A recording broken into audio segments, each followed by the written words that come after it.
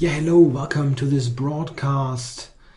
Yeah, what does my contact analysis say? It was his fault. Okay. Yeah, I'm late, like 3 minutes, but that's not really a big deal. Yeah, okay, I hope you had a good Monday so far.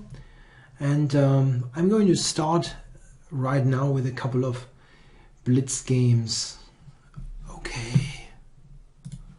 Some 5-minute chess. Let's see what I can do. Tulkas, who is that? Let me check. Florian Handke. Yeah, that's I don't know him personally, but he played quite a bit not far away from my place. So I'm going to have a BOGO there. What is he doing? Trying to find the book that a certain IM wrote, maybe.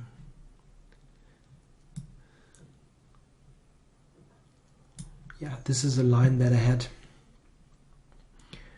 on the board last year against Alexander Lenderman.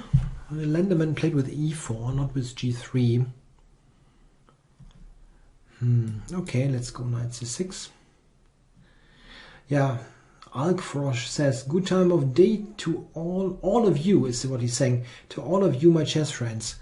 Yeah, this is Yarmo's typical way of greeting his audience. I guess it's kind of a trademark. Someone says, can we see a bit of the Benko with an early queen a5? Not sure. I don't really play the Benko. There's a question. Is there a digital version of my book? Yeah, the Everyman Chess will definitely release an ebook. That's wrong. Let me phrase it differently. In something like a chess-based version, yeah, like a CB something file, and this is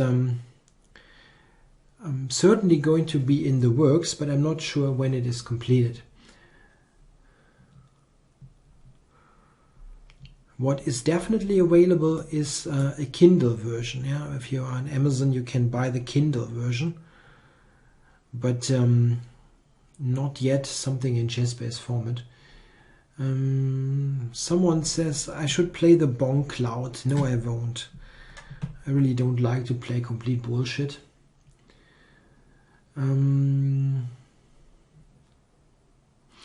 Yeah, someone says I never play the Grünfeld. That's true. I really don't feel like I know it in any reasonable detail to play it. Okay, I'm going back with that knight. That knight is not doing so much on a6. Maybe rook a3 is a way. Okay, c5 can do that.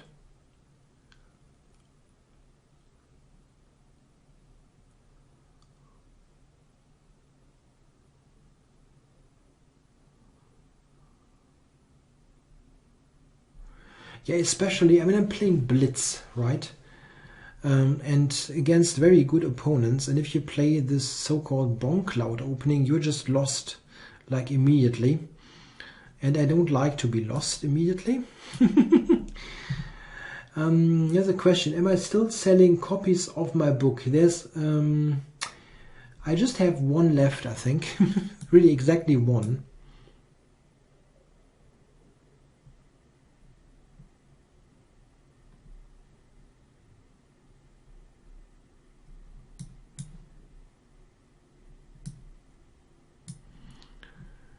Okay, I'm trying to trade stuff to get a decent knight against bad bishop kind of scenario. The bishop on g2 is really not that great. So this, and I'm controlling c and a file, so that cannot be bad. This is kind of what you want in the BOGO. Almost an ideal scenario. Okay, maybe I can get in queen c2 here. Or rook f2. Rook f2 is actually threatened now.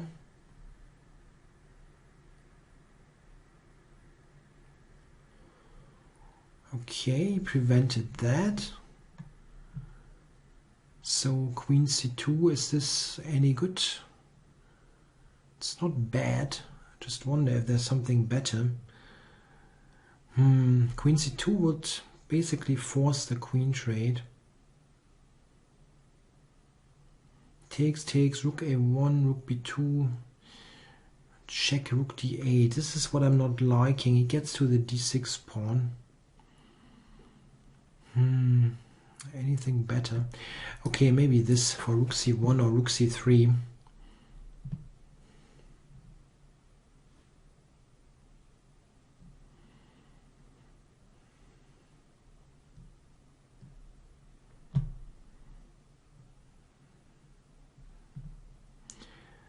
Okay, I'm going rook c1.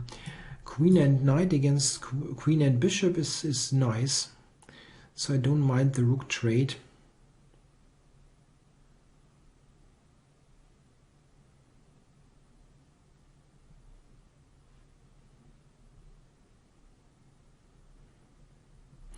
Okay, so he doesn't mind this endgame.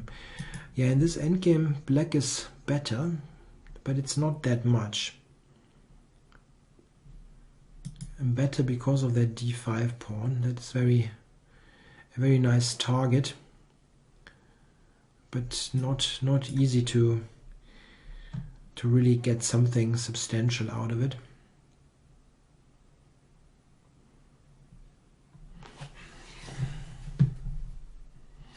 I can take it.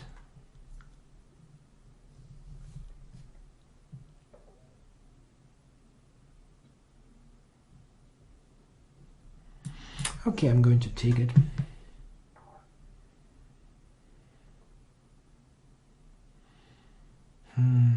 Yeah, difficult to really go for a win in this position.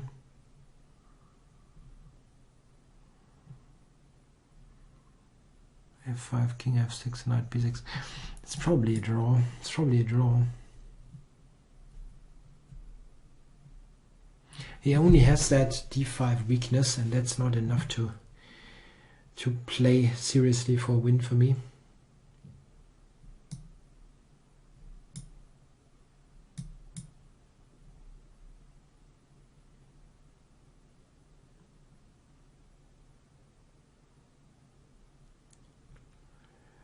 Yeah, take.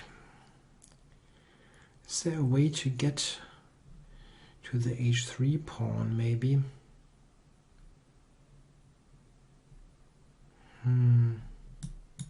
Maybe.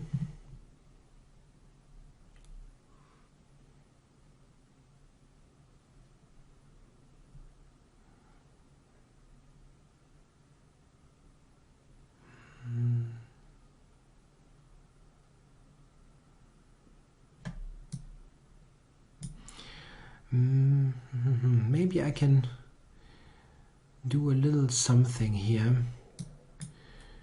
Takes, queen, king takes, I'm threatening king e5. And I'm also threatening to go over to h3. Maybe. The problem is that if I move the knight, he has king c4.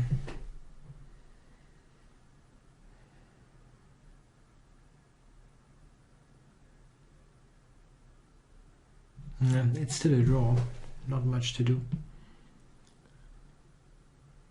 It's still a draw.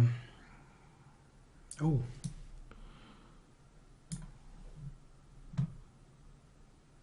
That's surprising. Don't tell me White wants to try to win this position. That would be a bit of a weird idea. Maybe running around with the king. Maybe I underestimated that. Oh, he offered me a draw actually. Yeah, I think a draw is fair. I cannot really do anything. Yeah, he agreed. Yeah, it looked nice, but I couldn't really get anywhere.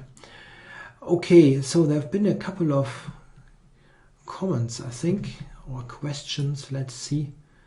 There's something. Someone says about my book, the Hübner variation is very complex. Yeah, it is. It really is.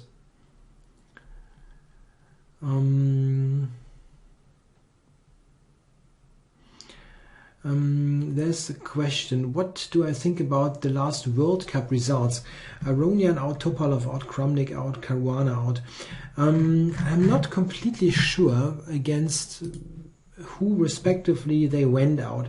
I think Kramnik lost to Andrakin, which can happen. I mean, the difference between the two is not that great, especially if it comes to Rapid and Blitz, and they had a Rapid playoff, if I'm not mistaken.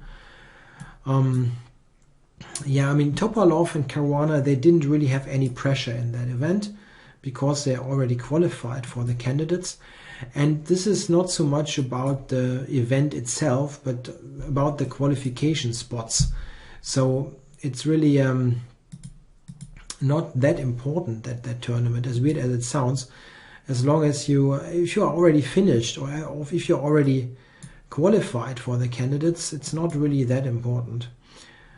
And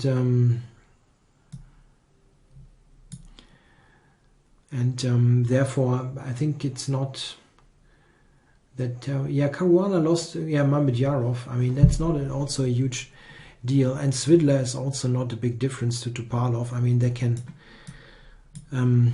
easily happen that Svidler wins against Topalov. Okay, there's a question. How far along with the Jesus de Avia endgame book taken rating as far as endgame knowledge goes? That's an interesting question. If you this is a book about theoretical endgames, like with reduced material, the very basic stuff. And this book is totally enough for very high level, actually. I think up to master level, definitely. And what you need is at one point to also study more strategically focused endgames, and this is what you can do from, let's say, the Endgame Manual by Doretsky or other books. Then you need something in addition, but for theoretical endgames, I think the De la Via book is completely sufficient for a very long time. Yeah, I wonder if he can probably put lots of pressure here on the c4 pawn. Something went wrong here in this in this game.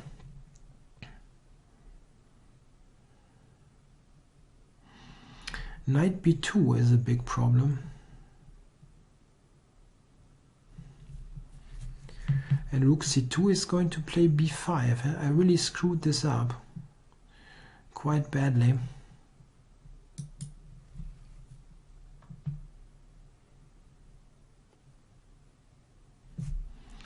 b5, c5 might still be somewhat okay.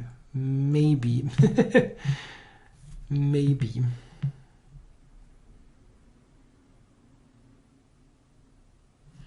Okay, so I'm going to try to complete development now.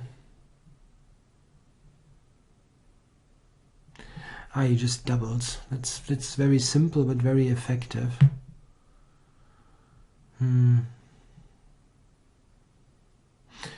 Wow, that was a bad game.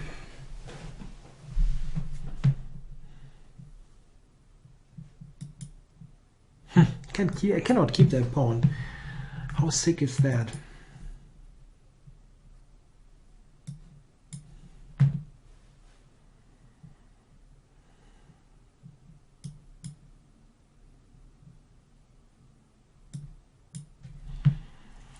Awful, awful. Some kind of counterplay here, not really. I've got knight b5 now. Maybe I can irritate him a little bit at least.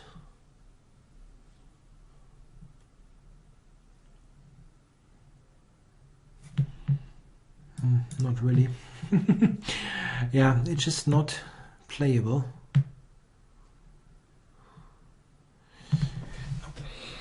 Okay, bishop b6 is a threat.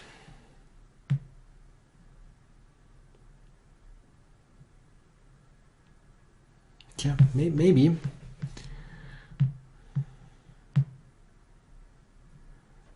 takes. I can check here first and then take. I don't know if this is any good. Let's do it.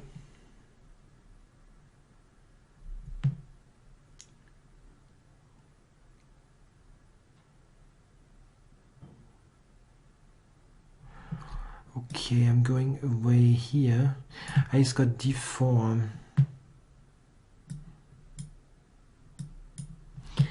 Wow, what a rotten position.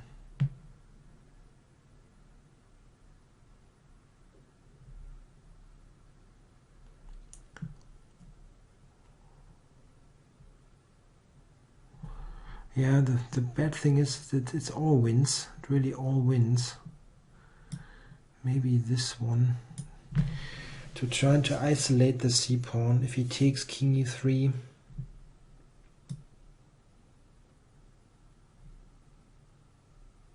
He's got rook d3. Yeah, it's a loss anyway. Someone asked about my opinion about Vacila Graf. Is he one of the best 5 to 6 players in the world? I'm not sure.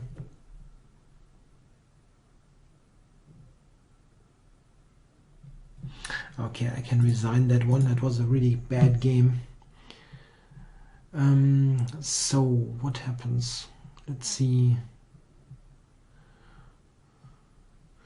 I mean, isn't MVL like number 15 or so? Why would he be number 5 in your opinion? I mean, he's very strong, of course, but there are a couple of somewhat better guys. I mean, world number 5, who is that at the moment? Is that like Caruana or somebody? And he's not quite there.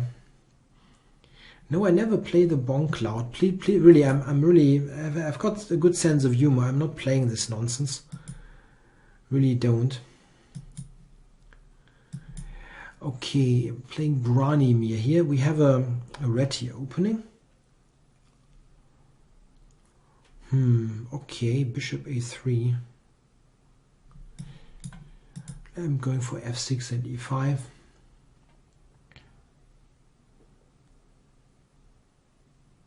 However, I think Maxime certainly has a good chance in the World Cup. That really is the case. He's good in blitz and rapid, and why not? It's possible. I don't have a clear favorite in that event, really not. Nakamura, sorry, I have one Nakamura, of course.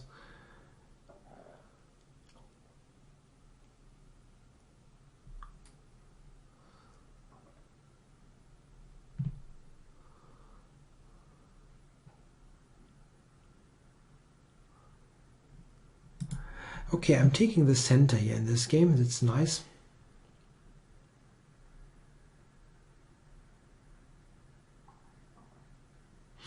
There's a question. Someone says he's rated 1250 and loses most of his games due to blunders. Any tips how to play better and stop blundering pieces? Yeah. This is certainly very important. It's as long as you blunder material and do so regularly, it just is almost impossible for you to score points. There are a couple of things that you can do. Someone says do chess puzzles. This is an interesting way to do it. The other thing is just play as many games as you can. Another thing is, what you should try to do is not play quicker time controls. So don't play bullet chess. This is really important. It's completely bonkers if you want to try to improve. Don't play bullet, and don't play quick blitz. Yeah, like you can do like 10-minute games maybe if you want. If you have limited time, but don't do like 3-minute or even if not 5-minute. It's important that you have some time to think, and the most important thing that causes those blunders is things that are not quite coordinated in your position. For example, unprotected pieces, yeah, weak squares, and try to make a conscious effort to not have pieces unprotected, squares weak, and so on. Try to, yeah, get some harmony in your position. Okay, if I'm going for an example, my position here, it's not super great or anything, but notice that the only thing that is kind of undefended here is my queen, yeah, and this pawn on b7, so not that much. And on white side, almost everything is kind of defended. And this is not just a case of where you say, okay, as long as it's defended, you cannot blunder it. It's just that the position is much easier to play as long as the pieces are kind of harmoniously working together. And this is the key. So what can I do now?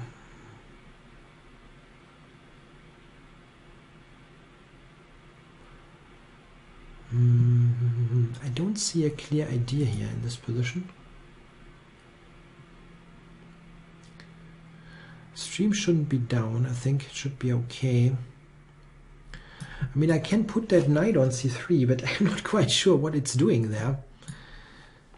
Okay, now I'm attacking the a pawn at least. Maybe this is what I'm doing. Okay. Over to c6. Attacking b4 twice. But I'm not quite positive what I'm doing here in general terms.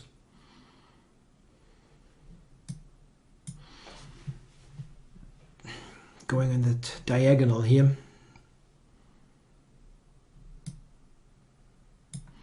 He wants to go knight c4 to d6, I guess.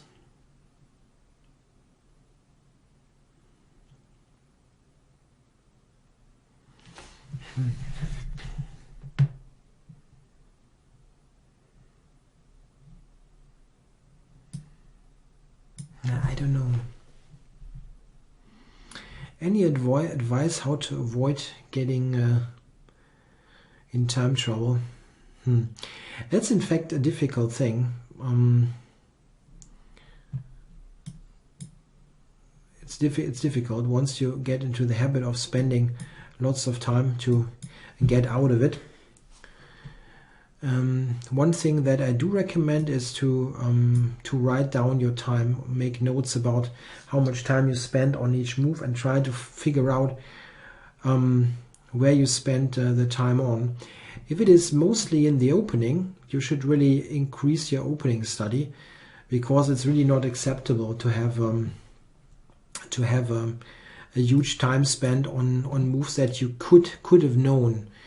Of course, that doesn't mean that you have to learn everything by heart and so on, but you cannot, let's say, after 10 moves have spent an hour. That shouldn't happen.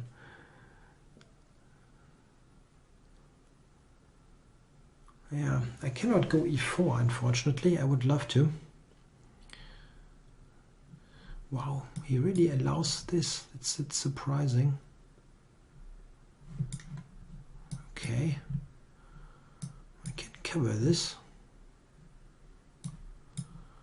And now, how do you defend d3? I guess you don't.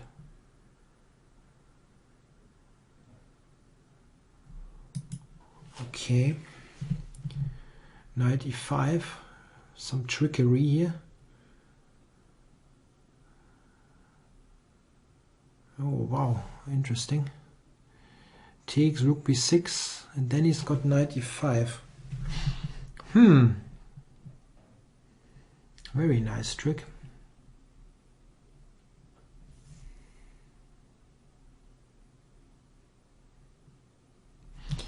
Rook c3 takes a b. Let's do it. I don't have much time.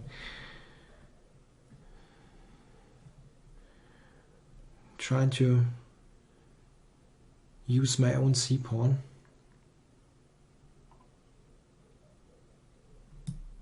Okay. What is he going to do then? Rook b6 or what? No, then I'm taking. Anyway, I'm taking this now. Yeah, I can take here.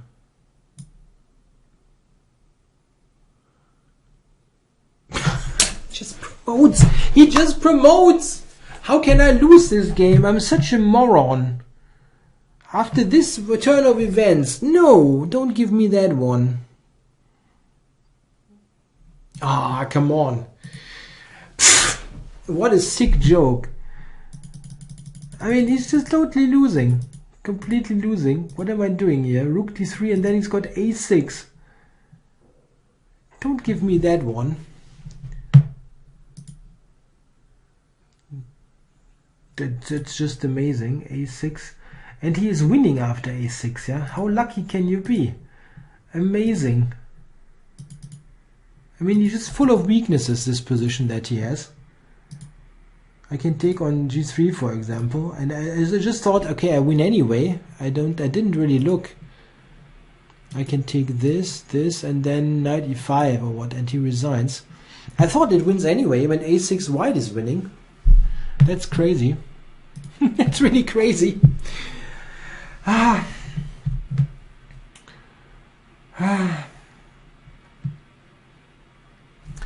Okay. Wow, what a bad streak. I've lost like all of them, right? Okay, so let's do something else there. Go for some sharp line. Victory 7. I don't know that guy.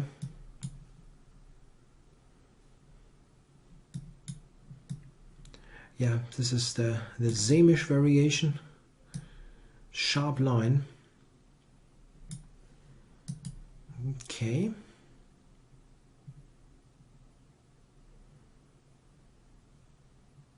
Yeah, he's playing it in the style of Botvinnik Capablanca from the 30s.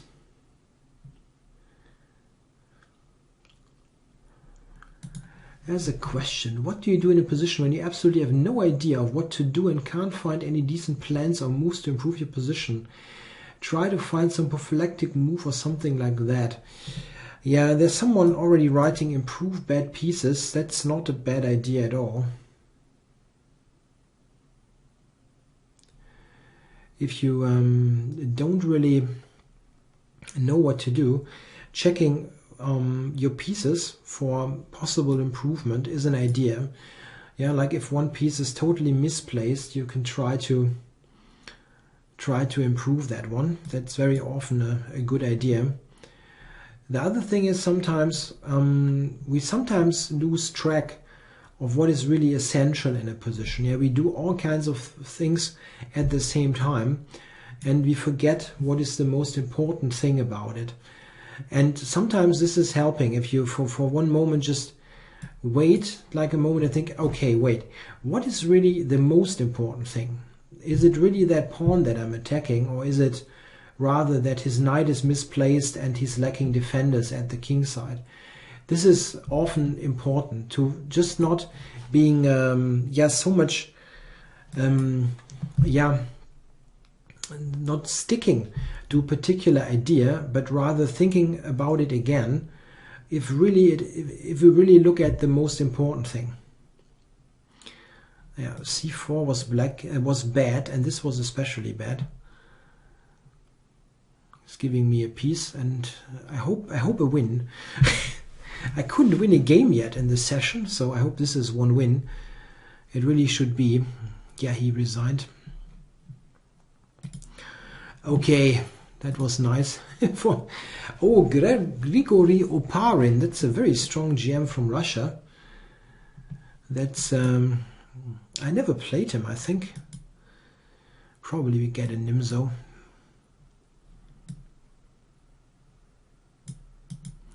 Okay, let's go for the Samish again. It's very risky, not very good, but quite often funny.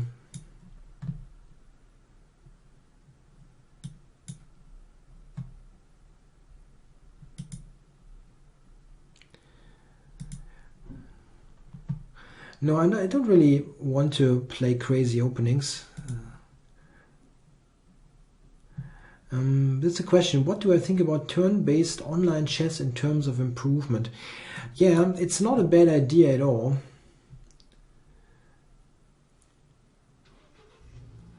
the thing is that very often people are just reproducing what their computers are saying, and this can sometimes happen if you play online. Yeah, this is Grandmaster Oparin. He's really, that's his name, Grigory Oparin. He's one of the most promising Russian junior players. Why not the Grunfeld? Because I'm unable to memorize that opening. And it's not really my style, I think.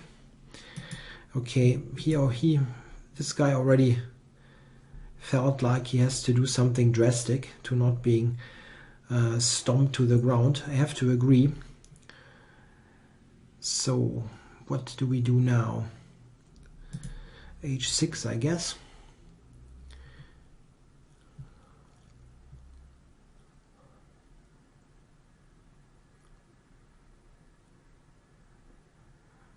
Wow, that's a very aggressive move. Cool stuff. Okay, I think I can take here first. He has to go rook f7. And now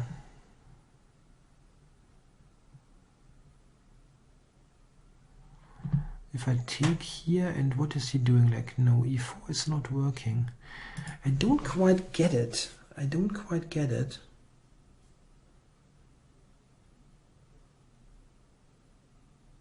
I really don't think that it works objectively, but right now I don't even understand the idea.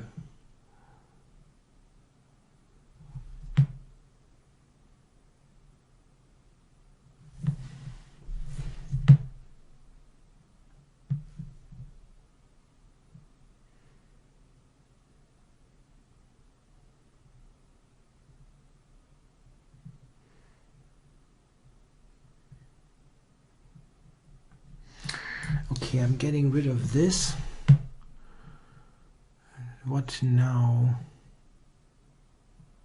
Queen d2. F3. F3, knight g3, and king to f2. I don't really see a huge attack for him.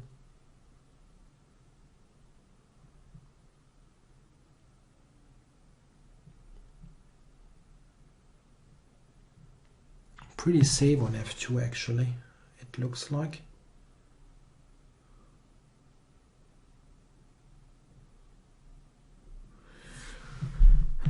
Let's go here.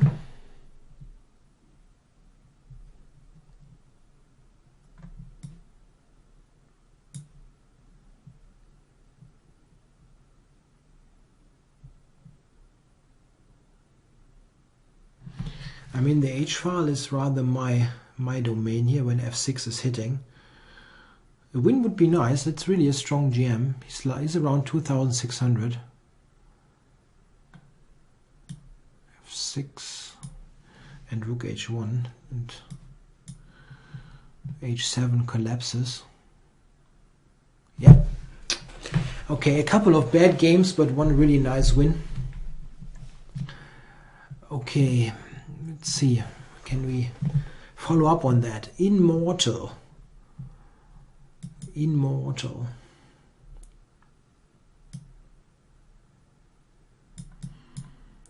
Going there. There was someone quoted Tarash, like if you don't, they were basically saying if you don't know what to do, hope that your opponent does something stupid. Yeah, that's sometimes true. I mean, what's definitely something that I like to mention is there is this idea that it's better to have a bad plan than no plan at all, and this is nonsense. It really is nonsense. If you have no plan, yeah, then just do nothing and don't do something stupid. Okay, so we have a queen pawn opening here with white not doing something too aggressive, but it's definitely very solid for him. Queen b3 is something that might happen. Okay, I'm going to liquidate this. Keep it simple for bishop d6 later. Yeah, it's a London with white being a tempo up, but it doesn't matter. That's from Boris Avrook's book, and pretty good line. Especially simple to play.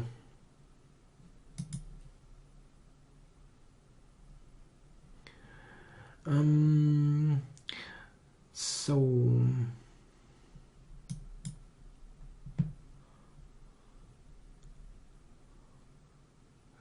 yeah, I'm trading this bishop now. Okay, let's keep it simple. Take there. Take this. And queen b8. And now up for b5. Yeah, here Mr. Alkfrosch is right. It is a London system with white being a tempo up. But as Avrook said, well, even a tempo up, it's not really any. There's no big threats there. Don't quite get what white is doing. Is he getting an attack here? Maybe with rook e3, g3.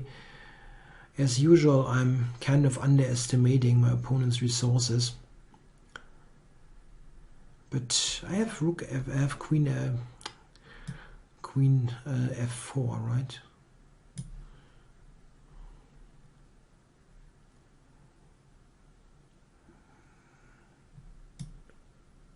Rook g3, queen f4 should be okay, I hope.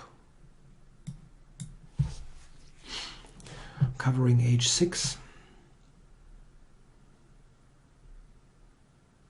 I can go rook f3 for some kind of repetition, but I've got queen d2 maybe. Interesting. What is this? Does he want to get more pieces into the attack? Maybe.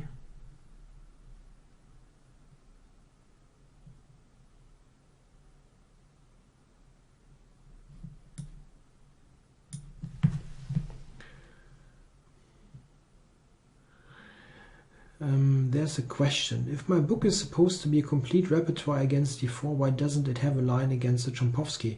Because it isn't a complete repertoire, and it's not advertised as that.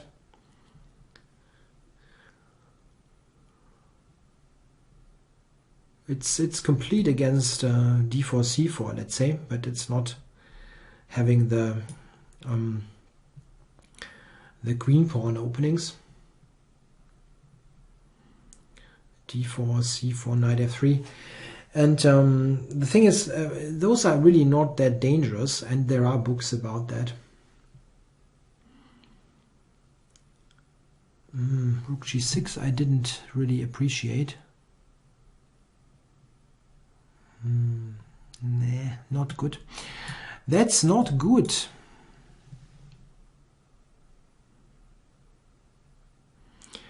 Yeah, as someone says, you can use Beating d4 Sidelights by Boris Avrook for the rest. That's true. This is the book that I was referring to earlier. Yeah, now he gets queen takes h6. Blah. Okay, I have f4 maybe. No, he doesn't do that. Doesn't play it.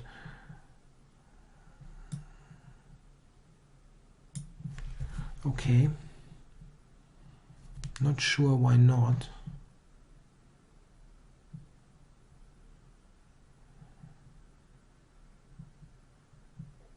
I mean, my position is still bad, so he has some leeway.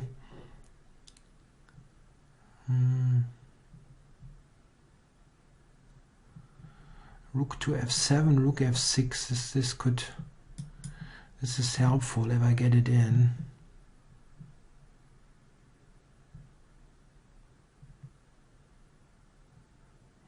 I think he could have killed me already somehow.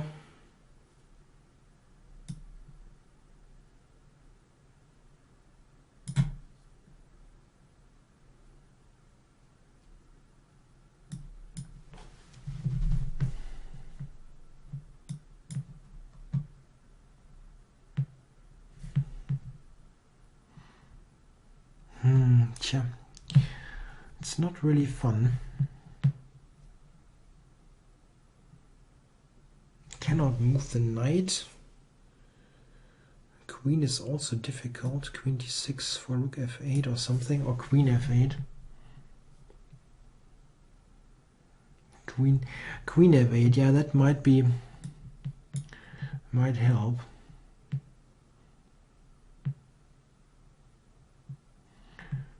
Okay, let's see. Can I get this in? I can get the knight over to d6.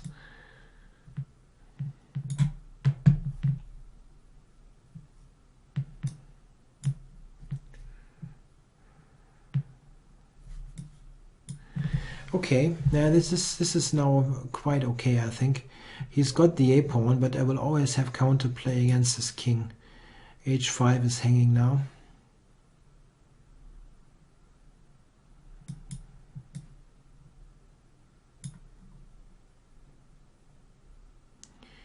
Okay, this is kind of brutal, but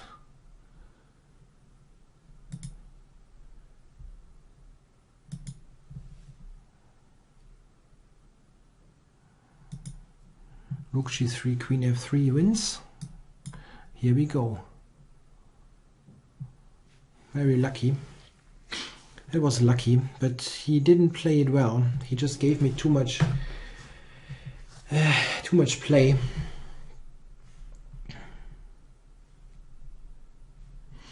Okay, let's see.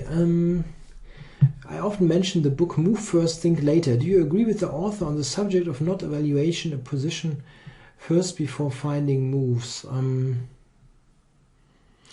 There are many things that are right. Quite often you really see the move first and then kind of find out what's the reasoning behind it.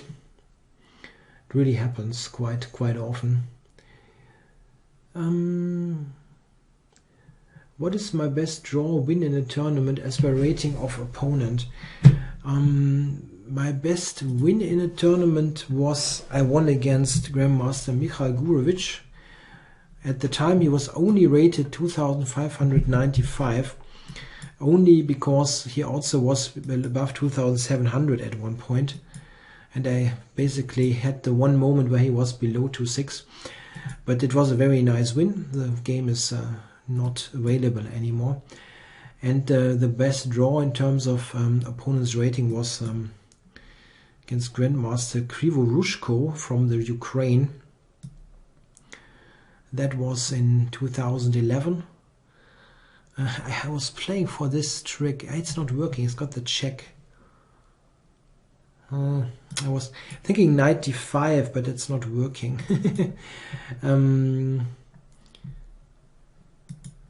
I know that only 2595 is referring to Gurevich's usual rating. He usually is above 2.6, so I would have loved to win against someone above 2.6, but at the moment, at this particular moment, he wasn't.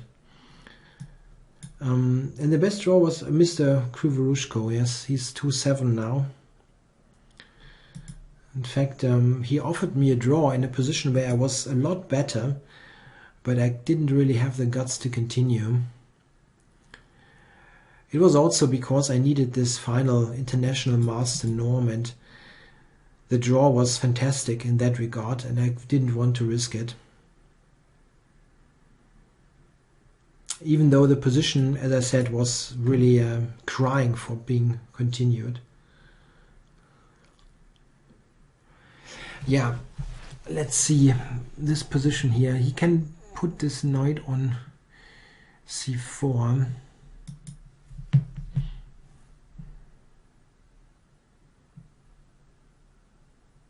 No, it's probably about equal here.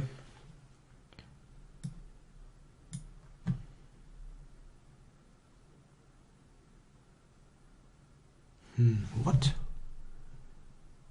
I don't believe this. Bishop h7.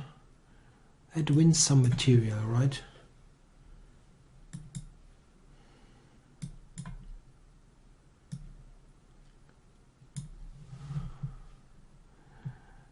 Now this.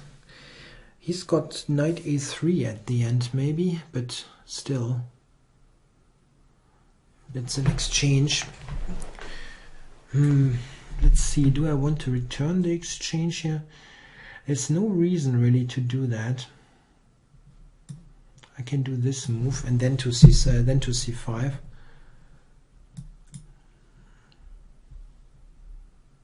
Yeah, and rook a1. Yeah, that's nice. Should be enough to win. Yeah, he resigned. So I'm getting some wins in. So I only had a really bad start. Okay, so there are a couple of questions. What is the theoretical evaluation of this line? Knight f3, knight f6, c4, g6, knight c3, bishop g7, e4, castles. Wait. wait. Can I do this here? No. Examine. So let's do this for real. Someone asks about this here. Oh, I'm sorry. I actually screwed it up immediately. The question was this: e4, castles, f3, c6. What is the theoretical evaluation with a quick d5, e5, and so on? The issue with this line is, I think, bishop d3, after which d5, e5 is not that great. Black usually does this and then h3 and transposes to some e5 based setup. This has been played quite a bit by, I think it is that Kempinski from Poland? I think it's Kempinski. It's playable. Yeah, white is a little bit better as always in the King's Indian, but it's nothing special. And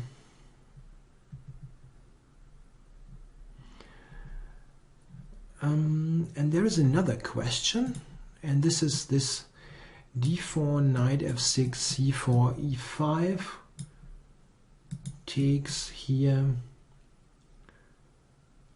e3. Yes, this is a line that I play. Knight h3, knight bc6, knight f4, bishop b4 check, bishop d2, castles.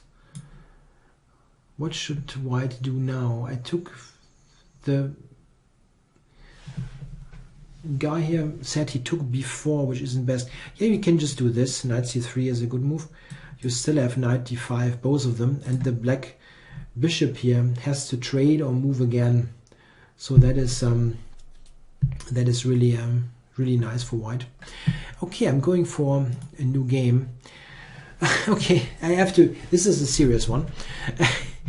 I'm playing a friend of mine. This is Grandmaster Daniel Hausrath. He's living. This is a duel, yeah, of someone who lives like, I don't know, maybe 5 miles away from me. That's funny. Yeah, he's a Grandmaster with a 2.5 something rating. Okay, do I play it sound and solid? No, let's play a little bit more interestingly with this. Okay, I'm taking this.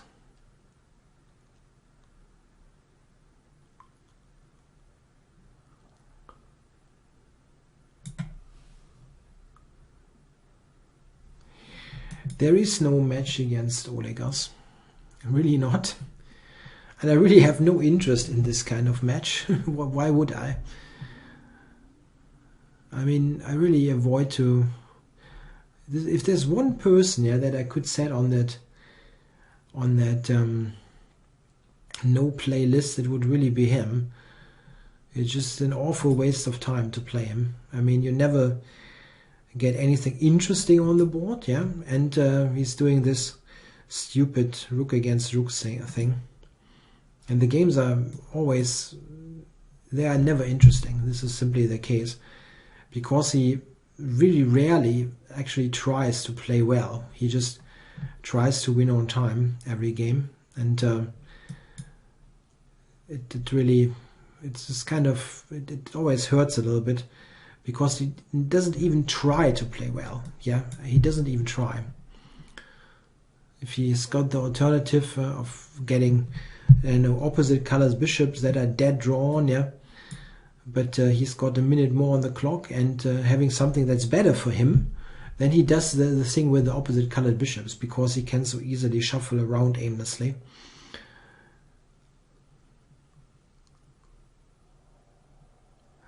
Okay, that's an interesting position, and it's actually quite sharp. Yeah, I can also take twice on d5, which is quite interesting. but this shouldn't be too bad.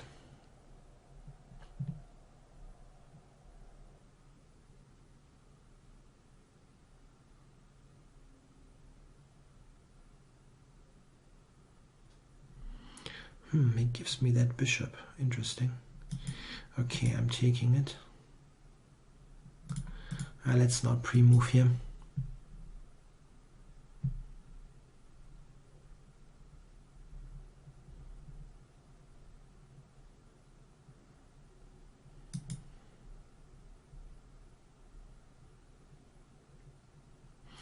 Yeah, there are some tactics here, like bishop f5, rook f5, stuff like that. He's a very good tactical player, I have to be alert there. So c6 maybe, knight b4.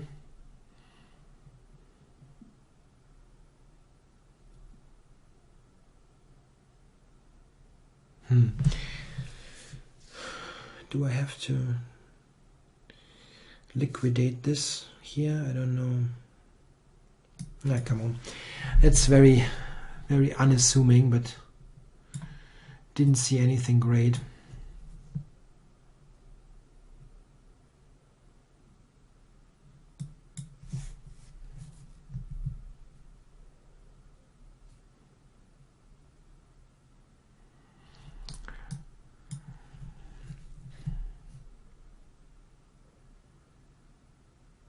King g7, can go to c6, bishop d8, then rook f6. Maybe this for rook d6.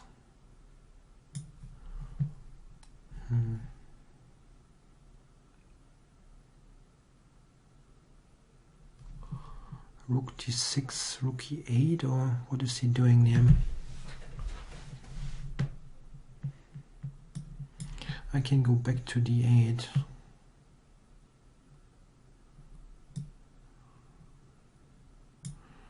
Rook e7 coming.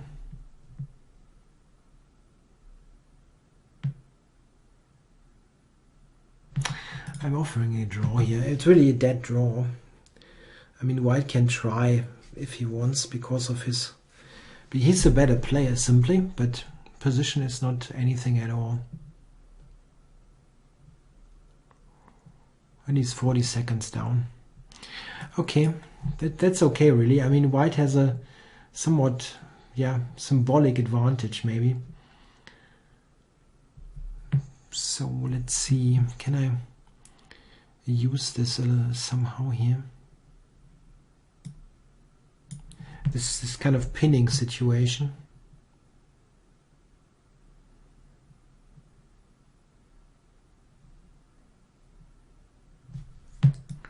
Probably not. No.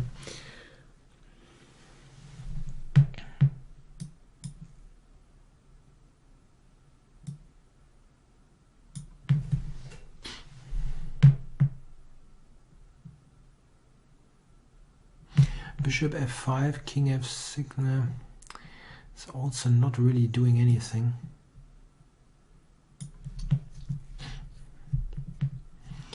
Yeah, I can go bishop e5 in this position. He has no meaningful check, I believe. Everything is on dark squares.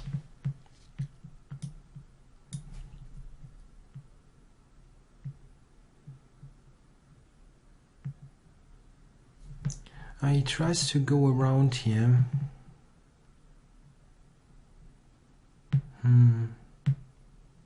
Okay, well, everything is protected here.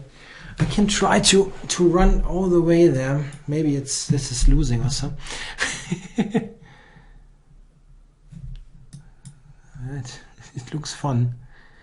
Can I, if I take now there and do d3, is this kind of crazy, or it's probably is crazy, huh? Cannot take really.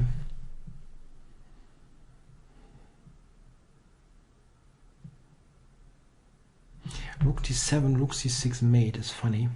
That's really funny. Rook c6 mate is threatened actually. And that also happens after I take. That's cute. Okay, I probably shouldn't have done that.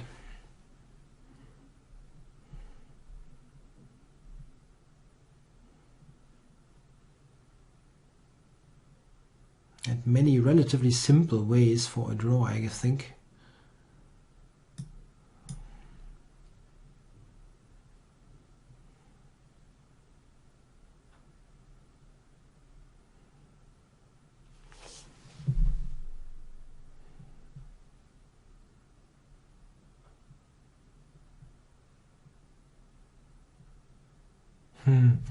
Not quite clear anymore how I'm drawing this.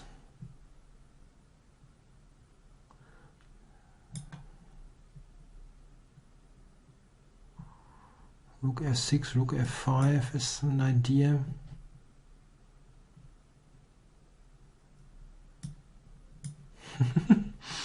Kind of cute here. I could be Zugzwang. Could be Zugzwang. I Zugzwang myself. This is really crazy. From that dead position. Yeah. Okay, so it was a total bullshit idea to go to c5. Again, I was too ambitious, trying for something, when I can just stay and it's totally dead.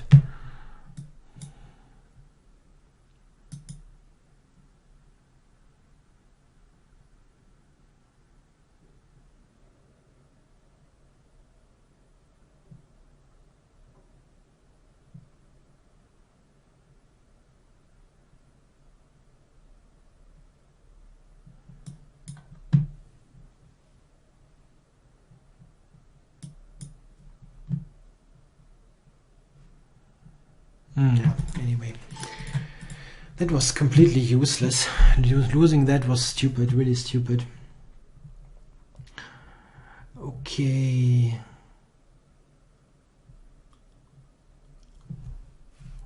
Okay. Let's see.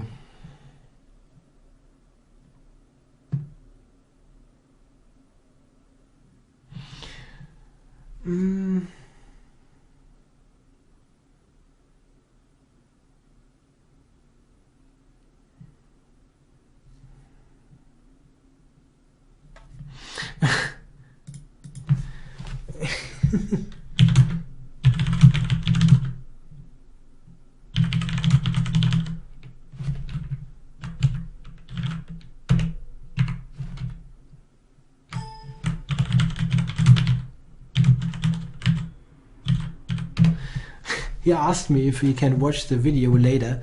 I said, no, you are on live.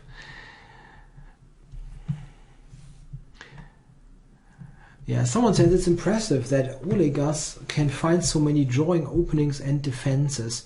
That is indeed true. That's really, he has made this an art form, yeah, to play the absolute, completely the most lifeless stuff ever. Yeah, he really finds it. That's really amazing. TS Color or something. Yeah, this is probably the final game in this show. Depends how long that is. If it's the same opening. Funny.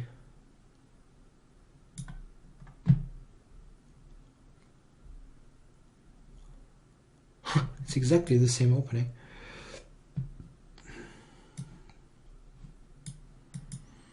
Okay.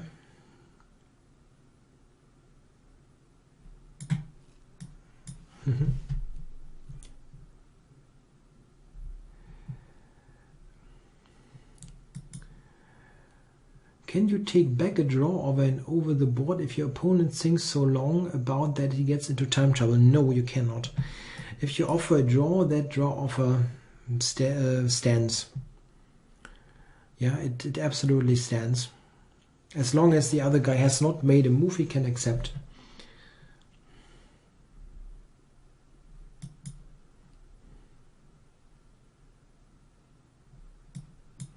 Okay, I'm trying to be quick here.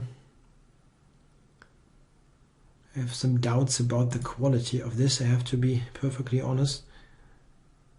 But maybe I'm threatening e4 in this position. No, I can go knight e1. It's not a threat really.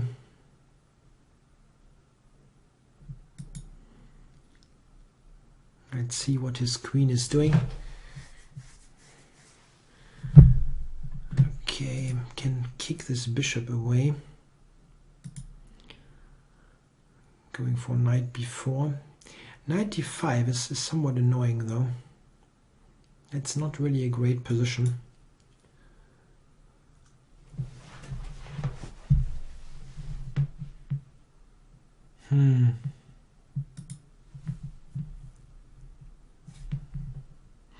c5 is a strange move.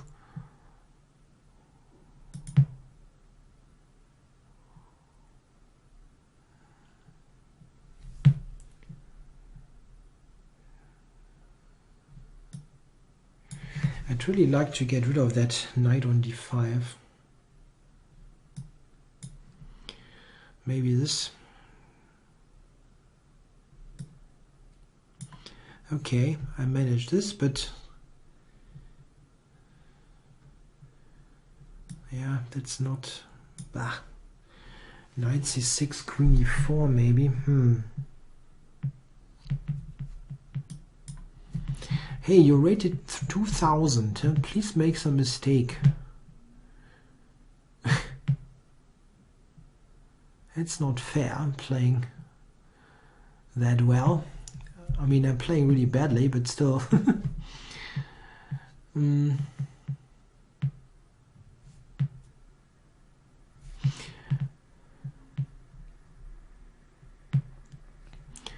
Yeah, queen e4.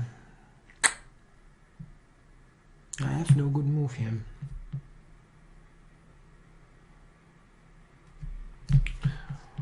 He just completely kills me, this guy. TS color or whatever.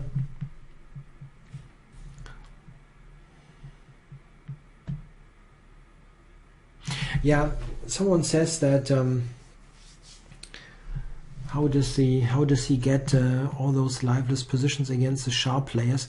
Well, some players who really do play sharp stuff, like let's say Nakamura, what they do is they play complete bonkers or bullshit openings against him. A6, A6 on move 1, H6, just some nonsense to get out of common theory, and then they kind of tactically do crazy things to him.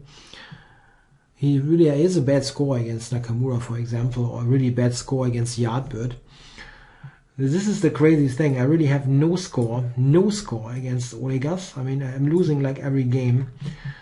And against Yardbird, yeah, Mr. Lowbron, I've got like 50%, and he's got a positive score against Olegas. Very, very easily even. I mean, and the games look like he just wins without any big effort sometimes. Well, I simply cannot do it. I don't know what is happening. I mean, this game, I'm playing totally bad this game. And he sees stuff.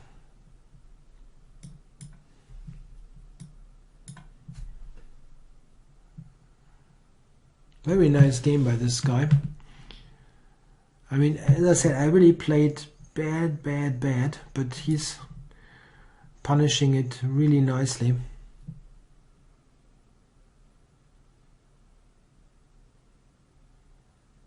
I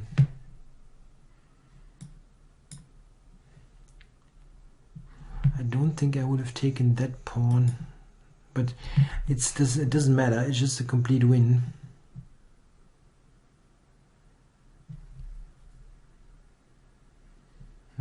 Can take this now. Okay, let's do it.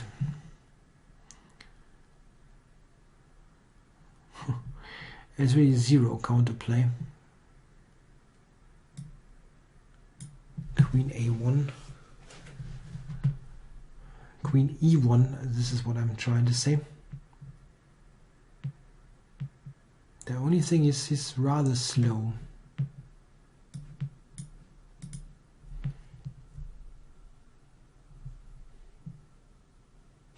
g4, h3 takes.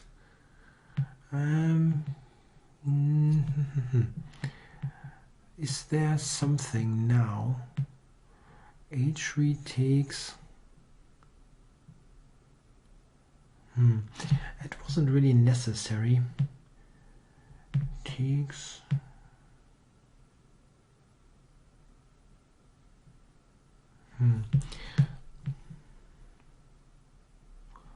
If I move the knight, he's got this check there and we win. So I probably have to do this.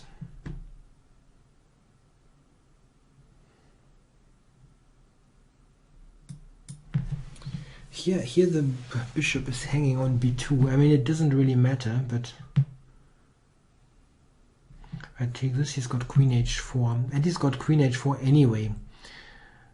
So I cannot check here, unfortunately. I have no check. Okay, I have to do this. It's the only move to continue for 1 or 2 moves.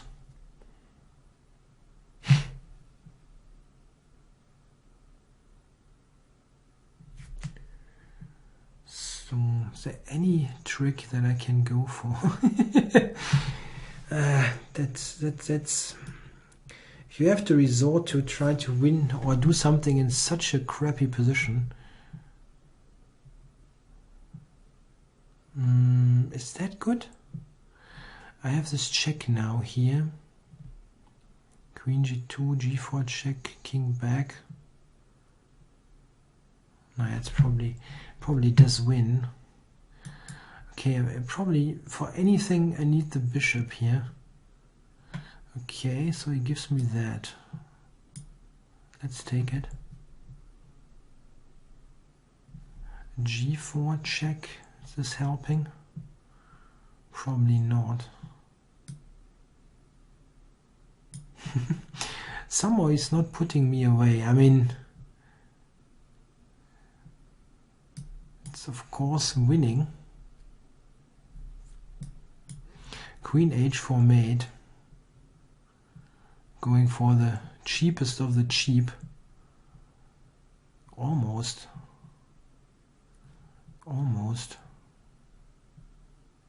I check him and then g4. Kind of continues. He's got 8 seconds, 7 seconds.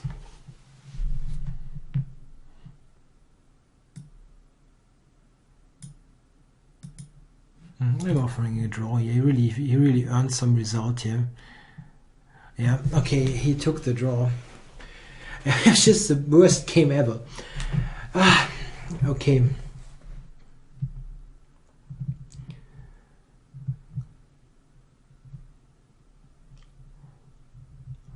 So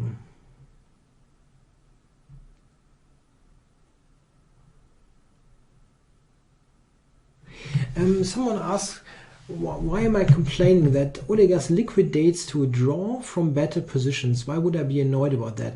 Because he basically says that he doesn't care about the game of chess. He wants to win on time. This is the only thing. He wants to win, and he doesn't really care if it's a good move or not. He rather plays total bullshit and win on time than trying to really win on position. And this is just crap. This is what it is.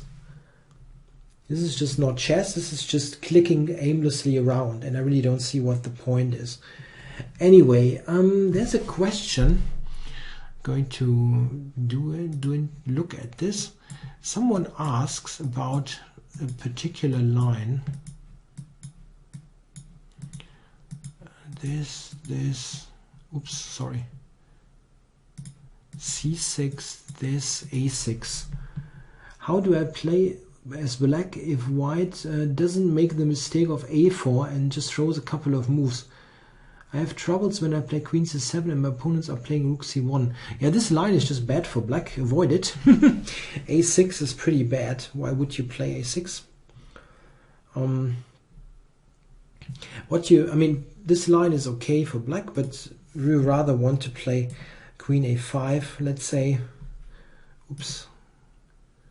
Didn't want to move this. Queen a5 is a good move. I have to do this. I'm not really used to that interface. Queen a5 is very playable, or of course still knight there, and queen b6 is also decent. I wouldn't play a6. It's not such a great idea. A4 is indeed a mistake. Yeah, then a5 is nice. You get here, you get here, but a4 will not be played by good players. They will go e4 and just take the center. I don't know. I like the other lines a bit more. I mean, you can do it. So it's not like terribly bad.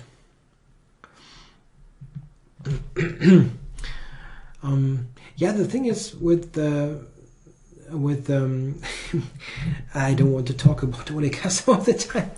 Is he's really a good player. He's excellent in technical endgames. It's just that sometimes it would be good if he just says, okay, this is really totally dead and it's useless. It's just useless to shuffle around and just call it a draw.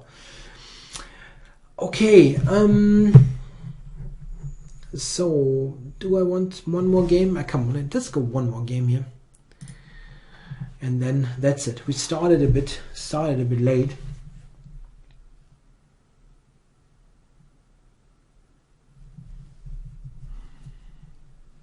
Yeah, that game is not really running. I was just using it for analysis. Still has the names in there.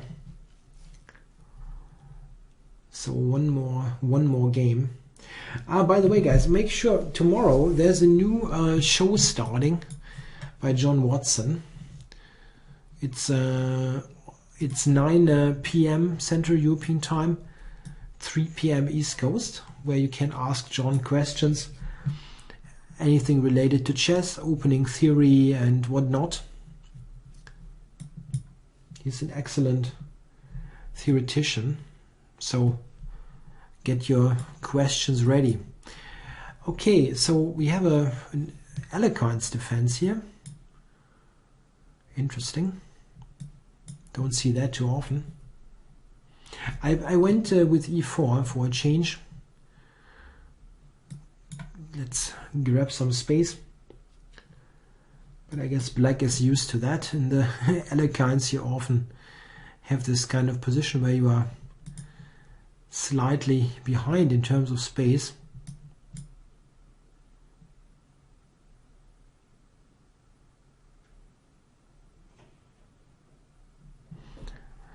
Okay, queen d2.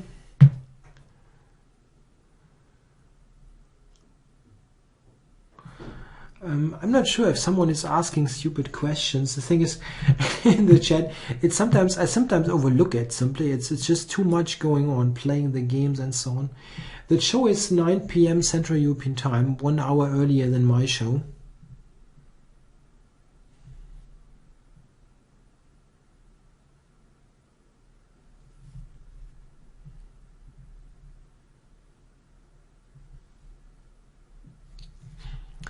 Yeah, black is... I'm not quite sure what black is doing here. Shuffles around. Let's do this. I know it looks a bit crazy, but if I don't really know what he does. If he does not have b6 or so, I really don't see any idea that black has. Okay, this one. I don't know, knight to b6, is that something? I can also sacrifice on h6, that could be interesting already. I like this knight.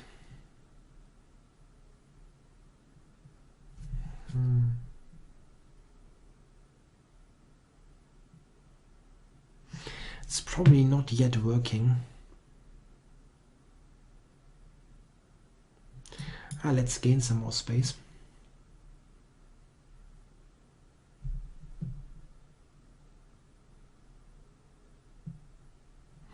Okay, I'll take it.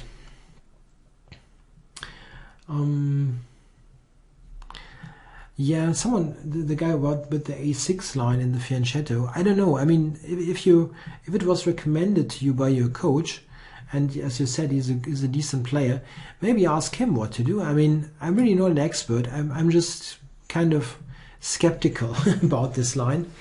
Rook f8, by the way, was a weird decision. Now queen h7 mate looks kind of problematic. I don't really see how he defends it. Rook e8, bishop h7 is also mate.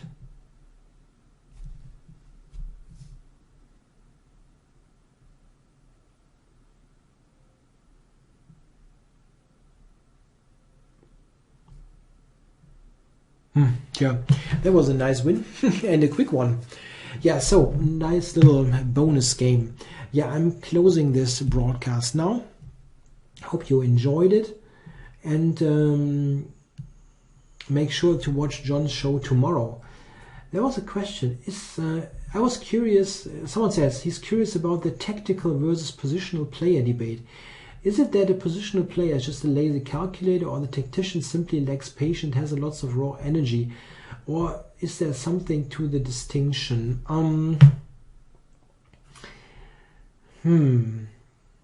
I don't. Well, let's start with one thing. I'm going to answer that question, of course. The thing positional player, I always find that a bit of a strange word. I try to use strategic and tactical. The strategist just is someone who really tries to. It's a little bit like the strategist is the guy who buys value stocks, yeah, on the stock market. Yeah, he says, okay, I want to have solid values. Yeah, I want to have space. I want to have the bishop pair, something to put in the bank, something for later. Let's say, and he wants to build up all that. He's a builder, and the tactical player quite often wants to do something very dynamic, use the moment, let's say. And very often it comes to one simple thing, choice of openings. Yeah, the kind of openings that lead to a more direct battle, or the kind of openings that give you those long-term values. If you take me, I consider myself to be more of a strategic player. I try to have openings where I have solid values, yeah, something pawns in the center. I'd like to get the bishop pair. I like to get an extra pawn in the center. Those long-term things where I feel like if the game takes a natural course, I'm okay. The tactical player maybe values dynamics higher and would rather give up long-term things for short-term ideas, or for some ideas that are not that apparent yet, but might come later. This is like if you put the stock market idea or reference in. This is the guy who would speculate on something.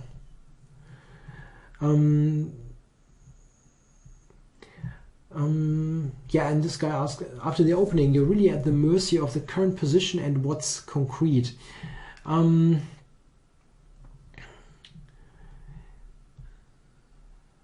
You have to do what the position demands of you. You really don't have that much of a choice in terms of, yeah, being very aggressive or doing something long term or so on. I mean, very often it really is something you have to do a certain thing, but the choices are often set pretty early on. I mean, very often, for example, if you have a normal opening like this, if you are a strategist, you probably don't want to play like d4, where it opens up early on. You don't have an extra center pawn. You don't have a dominance in the center. You probably want to play bishop b5 and play something long term, yeah, where you build up on the position. I have no opinion about the global stock market. I'm sorry, I have no idea. I have no idea really. I'm not an expert at all. When I was working in the bank, I didn't do any stock market analysis. A friend of mine who's doing stock market analysis feels like it is pretty blown up at the moment and it's not really a buying market, but I really cannot tell.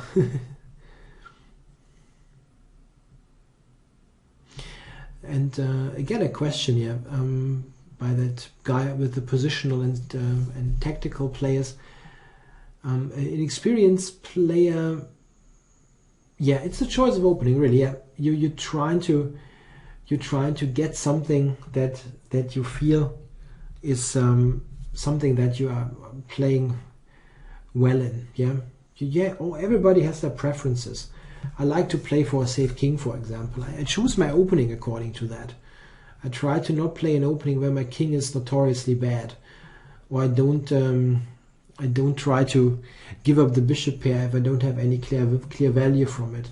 While the tactical player maybe does that. You know, let's say an opening like the Chigorin defense of the Queen's Gambit. I could never play that because I have to give up the bishop pair for somewhat unclear compensation. Okay, guys, this is really really over here. This show, I have to close it.